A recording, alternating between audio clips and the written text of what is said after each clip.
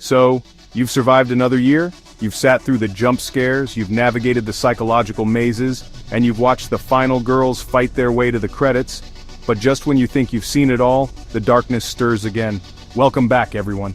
Today we're peering into the near future, pulling back the curtain on the next wave of terror that's set to define our nightmares. We're counting down the most anticipated horror movies slated to haunt our screens in 2025 and 2026. This isn't just a list, it's a roadmap of the fear that's coming for us all, a premonition of the stories that will get under our skin and stay there.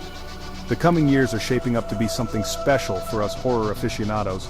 We're seeing a return to classic gothic horror, a resurrection of iconic slashers, and bold new voices emerging from the shadows to tell stories we've never seen before. It's a landscape teeming with potential where every new announcement sends a shiver of anticipation down our collective spines. And to make sure you don't miss a single terrifying detail, every trailer, every sneak peek we're about to show you is presented in stunning 4K Ultra HD. We want you to see the glint in the killer's eye, the dust motes dancing in the haunted attic, and the creeping dread in crystal clear quality. So, dim the lights, check over your shoulder one last time, and get ready. We're about to dive deep into a collection of films that promise to do more than just startle us. They aim to disturb us, to challenge our perceptions of what horror can be, and to leave a lasting, chilling impression long after the screen fades to black. These are the stories that will fuel our conversations, our theories, and our sleepless nights for the next 2 years. The future of horror is looking incredibly bleak, and honestly, I wouldn't have it any other way. Let's begin. Kicking off our descent into the future of fear is a film that feels like it's been clawed straight from the pages of a forgotten Gothic novel, The Haunting of Ravenwood. The premise itself is drenched in classic atmospheric dread. A skeptical historian is hired by an eccentric, reclusive family to debunk the legends surrounding their ancestral home, Ravenwood Manor. The locals whisper of a spectral bride who wanders the halls, eternally searching for something she lost centuries ago. Of course, what begins as a simple job of rational explanation soon unravels into a confrontation with a presence that defies all logic. A sorrow so profound it has stained the very walls of the estate. It's a setup we know, but it's the execution that promises something truly chilling. The initial whispers and the brief atmospheric teaser we've seen suggest this isn't about cheap jump scares.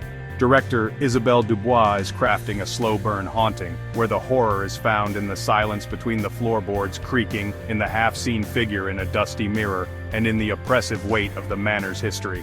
The trailer hints at a mystery that goes far deeper than just a ghost story. It's about a family curse, a dark secret buried beneath the foundations, and the idea that some houses aren't just haunted by ghosts, but by the memory of sin itself. The film seems to be playing with the idea of psychological decay, questioning whether our hero is truly witnessing the supernatural, or if the house itself is driving him to madness. What really captures me about The Haunting of Ravenwood is its commitment to atmosphere. Every shot in the early footage is meticulously composed, draped in shadow and fog, making the manor a character in its own right. It feels less like a haunted house and more like a tomb that's slowly waking up. The sound design is minimalist, focusing on the unsettling quiet and the distant mournful sounds that echo through the empty corridors. This is the kind of horror that seeps into your bones, the kind that makes you afraid of your own home's shadows. It's a return to the elegance of classic horror, promising a story that values mood and psychological terror over a barrage of frights. Ravenwood is waiting, and I have a feeling it has no intention of letting us go. Just when you thought it was safe to walk home alone at night, a familiar shadow is set to fall once more. Get ready for Nightfall, Resurrection. For those of you who remember the original cult classic from the late 90s, you know the name, The Shadow Man, isn't just a moniker, it's a promise of relentless, brutal terror. The original film left the fate of its boogeyman ambiguous, and for decades fans have theorized about his return. Well, the speculation is over. This isn't a remake or a reboot, it's a direct sequel that acknowledges the passage of time. A new generation of teens in the now-developed suburban town of Ravenwood are about to learn that some urban legends are horrifyingly real. The premise sees the lone survivor of the original massacre, now a reclusive and paranoid adult, forced to confront her past when a new string of ritualistic killings begins, all bearing the signature of the Shadow Man. The marketing is playing its cards very close to its chest regarding the antagonist's appearance, but what we've been teased is terrifying.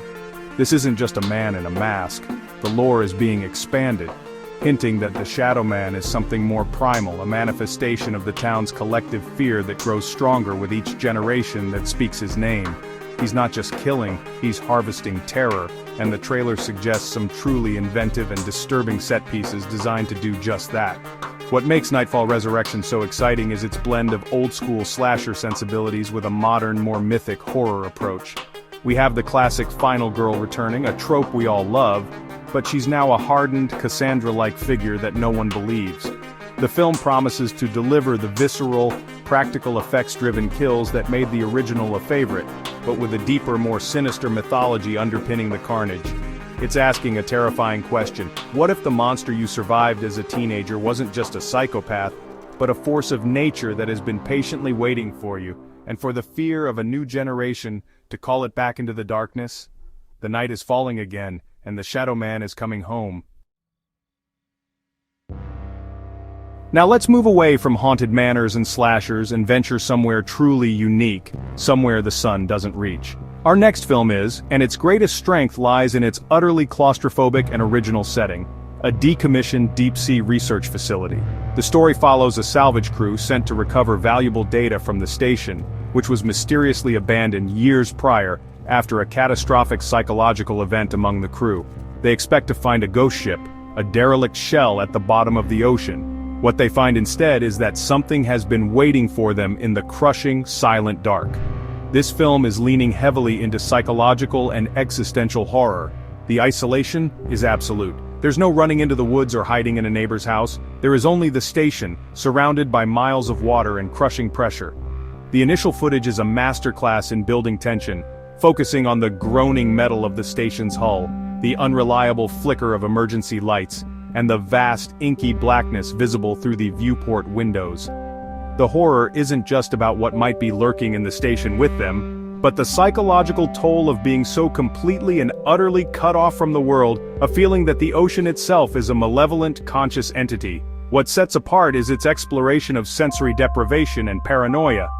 The salvage crew begins to hear things in the static of their comms, see movement in their peripheral vision, and question whether the strange phenomena are real or just the effects of extreme pressure and isolation on their minds. The trailer brilliantly teases this ambiguity, making the audience question what is real alongside the characters. Is there a creature that has evolved in the darkness of the abyss, now hunting them one by one?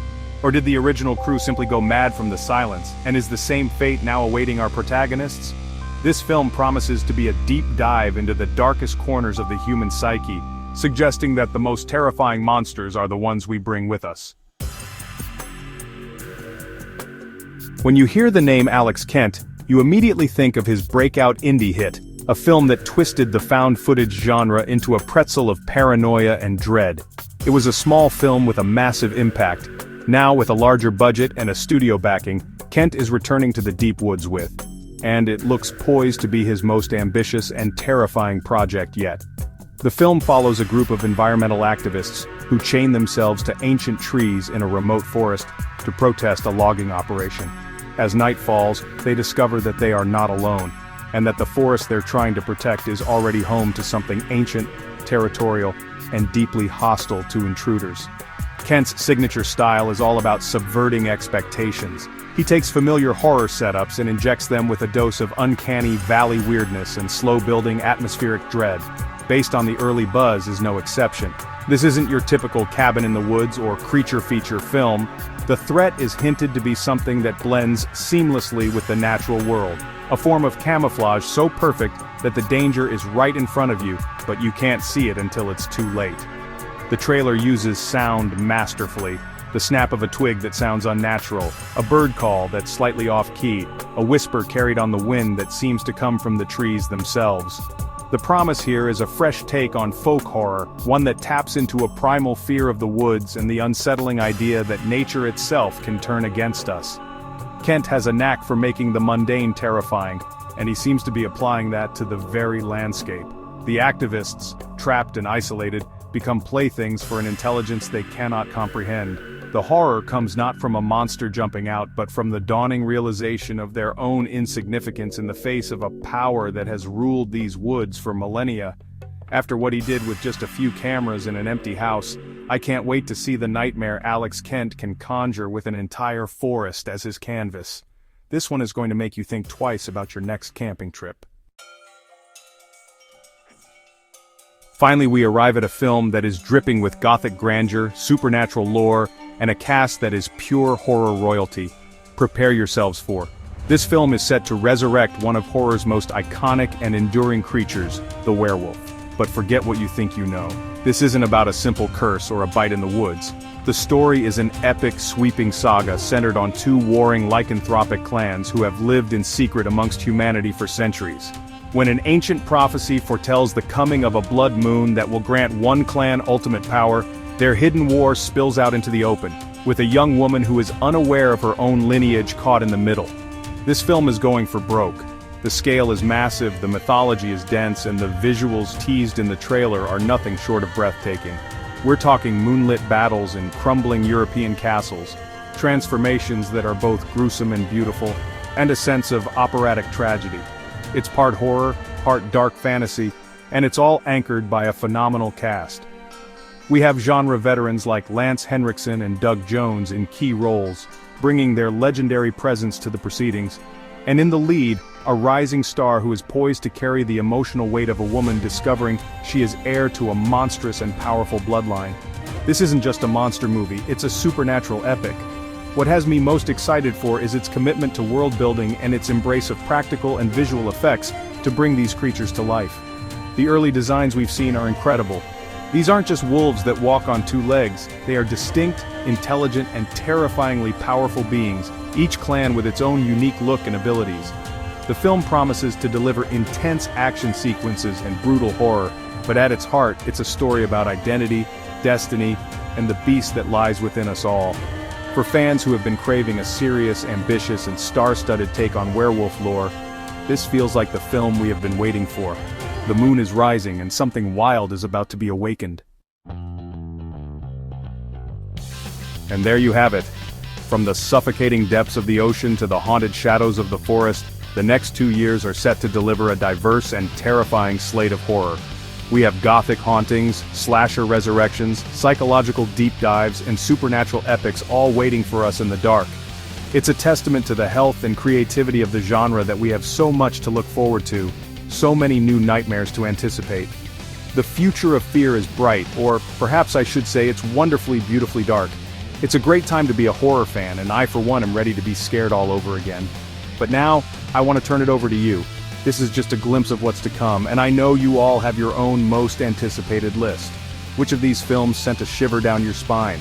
Was it the atmospheric dread of, the brutal return of, or maybe the epic scale of? Jump into the comments below and let me know which movie you're clearing your schedule for. I love reading through your thoughts and seeing what kind of horror gets this community excited. Your passion is what makes conversations like this so great, and with that, our look into the future must come to an end. If you enjoyed this preview of coming attractions and want to stay updated on all the latest horror news, reviews, and deep dives, make sure you hit that subscribe button and ring the bell for notifications. We'll be covering all of these films and more as they get closer, with plenty more trailers and glorious 4K for you to sink your teeth into. Thank you for joining me in the shadows once again. Stay scared, and I'll see you all in the next one.